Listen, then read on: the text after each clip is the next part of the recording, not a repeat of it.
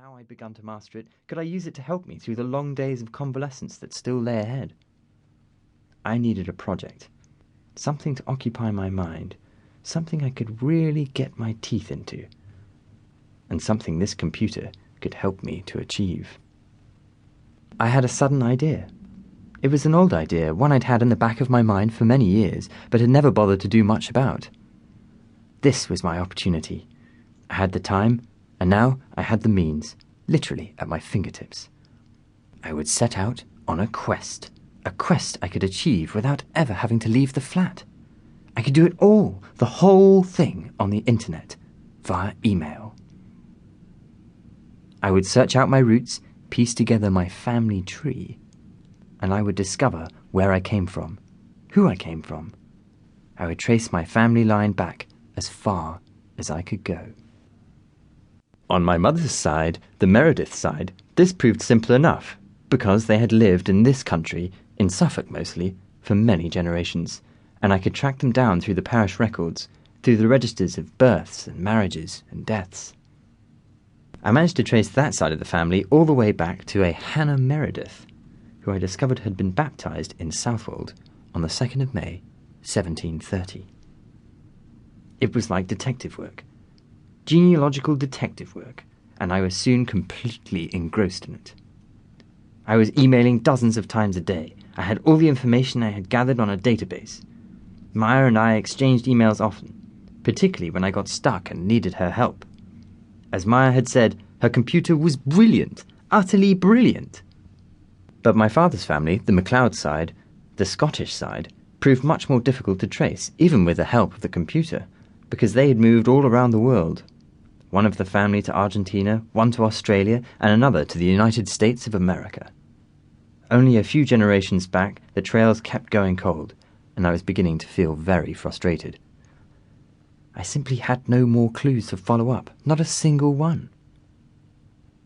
Then, thank goodness, Maya came back home from her holiday and to my rescue. She told me I should upload my whole family tree onto a genealogical website and appeal for help that way.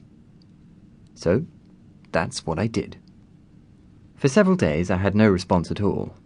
Then, one evening, Maya logged on for me and found an email from Marianne McLeod of Boston, Massachusetts, all the way over in the United States of America.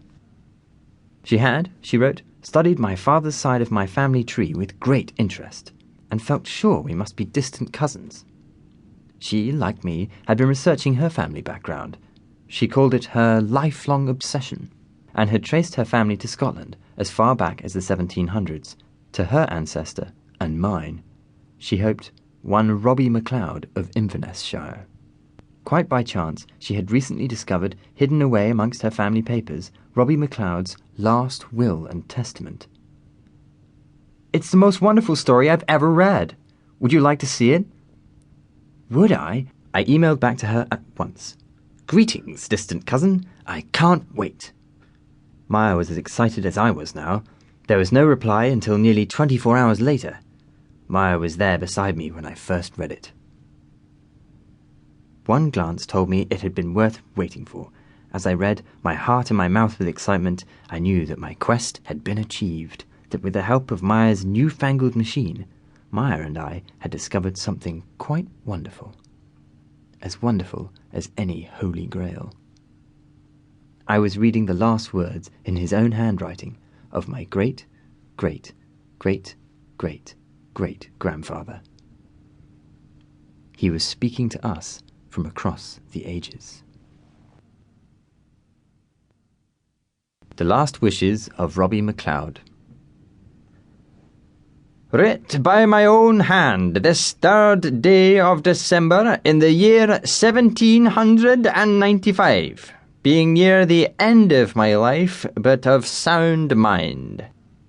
I leave all that I have in this world, all of Burnside Farm, all my sheep and horses, all my possessions, Captain Mackinnon's musket, all my goods and chattels, such as they be, to my dear son Alan, who has been as good a son to me as any man could ever desire. Furthermore, in the belief that the lives we lead must surely serve as the most valuable legacy we can leave to those who come after us,